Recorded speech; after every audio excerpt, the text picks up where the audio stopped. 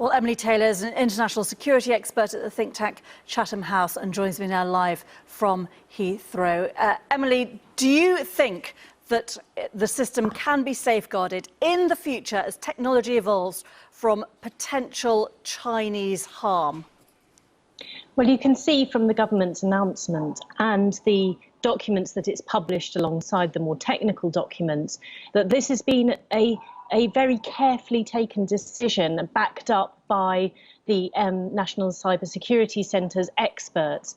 So to the extent that cybersecurity risks could ever be eliminated, which they can't be entirely, I think that there has been a careful evidence-based approach, and it's clear that the cybersecurity experts in the NCSC are on top of how the technology actually works.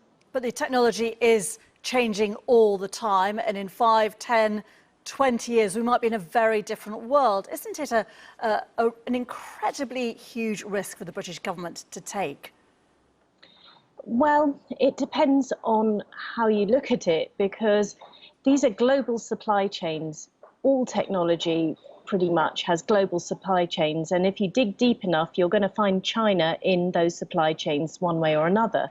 Even the sort of US household names, a lot of them have their kit made in China.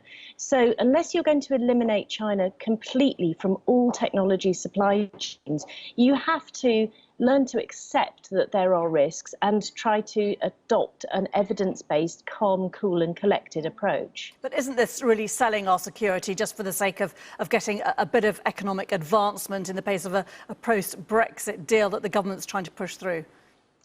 I think that there are many drivers and many factors going on, pulling different directions in this decision.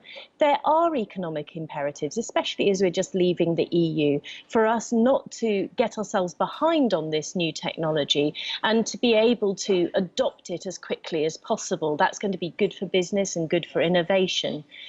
The market for suppliers of 5G equipment is incredibly concentrated. There are only really 3 vendors to choose from, and also it sits on top of existing 4G infrastructure in which Huawei has been providing the UK for 15 years.